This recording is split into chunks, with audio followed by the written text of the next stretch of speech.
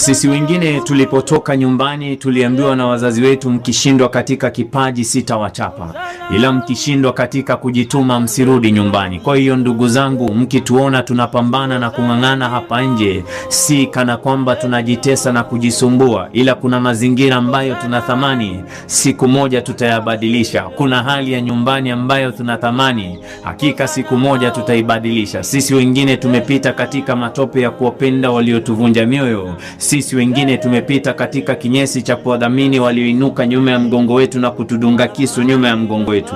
Lakini pia sisi ndio wale ambao historia inakataza kabisa kukwama njiani, hata kama mbele yetu kuna kibao kilichoandikwa hapa pana njia. Nisikilize msikilizaji wangu, iwapo wino wa Mwenyezi Mungu uliandika ya kwamba tutashinda, sisi bado tutashinda. Hii ni Sauti ya Dhahabu. Jina langu ni Kelvin Nyakundi. Ipo siku Afrika pamoja na dunia mzima itafurahia kwa sababu yetu.